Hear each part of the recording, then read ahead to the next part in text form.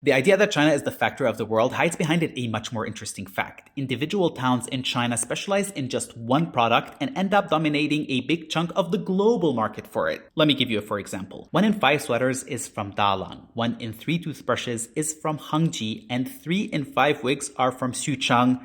You get the idea. The geographic division of labor in China is simply insane, and it's sometimes the stuff you don't really expect, like violins.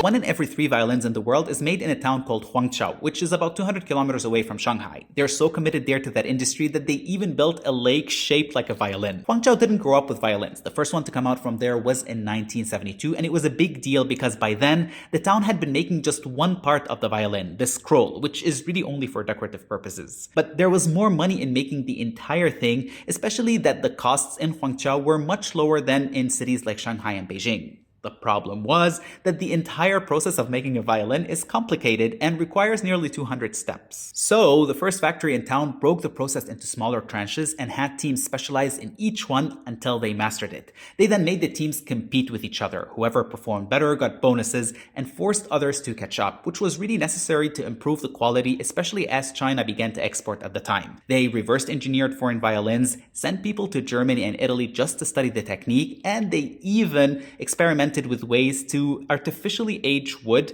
because older violins sound better. And slowly, the entire town reorganized itself around this one craft, and that's a common thing you'll find across China, an entire chain of supplies and components around just one item concentrated in a single place. 30,000 people work in violin making in Huangzhou alone. That's 15% of the local population. There are over 220 local businesses that handle everything from the bows to the varnish to the carving to the polishing. Everything is locally sourced, which brings logistics costs down and manufacturing speed up. The story of Huangzhou repeats itself in other Chinese towns with other products. It all starts with experimentation, a few workshops, and if it works, the local government steps in to turn it into a key sector, building infrastructure, capacity, training people, and offering favorable policies. And that creates a hyper-specialized, complete ecosystem in just one geographical cluster that can compete with actual countries in that single niche. It's like a Silicon Valley but for one product, but 1,000 times over.